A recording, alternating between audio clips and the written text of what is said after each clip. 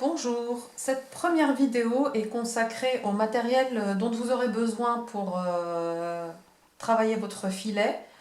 En l'occurrence, vous avez besoin d'une navette.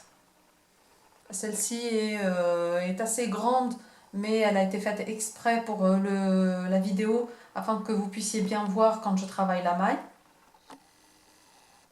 Personnellement, j'ai travaillé avec celle-ci, elle est toute petite. C'était pour travailler le filet bicolore que je vous ai présenté dans l'article.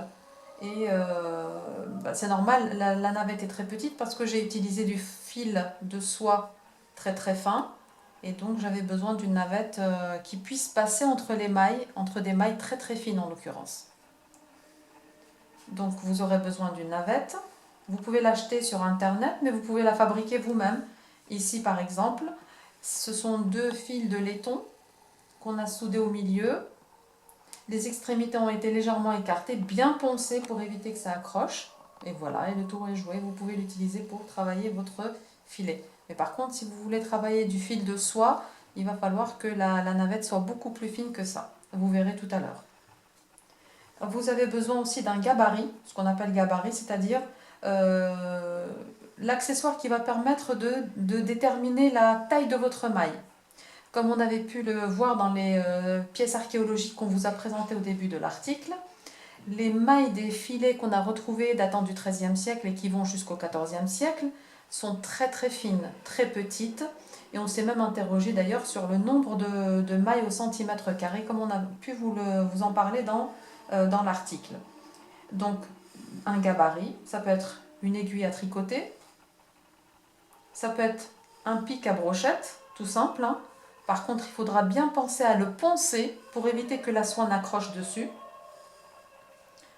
Ça peut être des petites baguettes comme celle-ci aussi, pour faire des mailles fines. Et si vous voulez par exemple faire un filet avec deux tailles de mailles comme celui-ci, bah vous aurez besoin d'un autre gabarit par exemple. Voilà, c'est le gabarit que j'ai utilisé en l'occurrence pour faire les mailles du centre.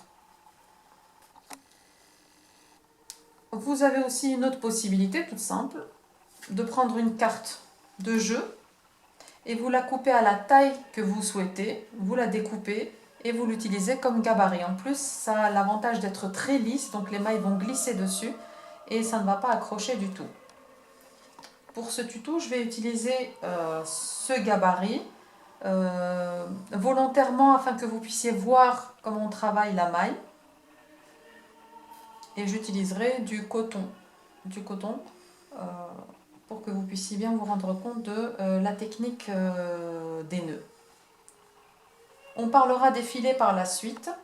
Voilà. Et donc je vous conseille vivement, si vous souhaitez fabriquer des filets, de prendre de la soie chez Mickey, qui est une soie de très très grande qualité, en plus de la teinture maison. Donc voilà, c'est idéal pour reproduire des filets qui seront top piston, on va dire. Voilà.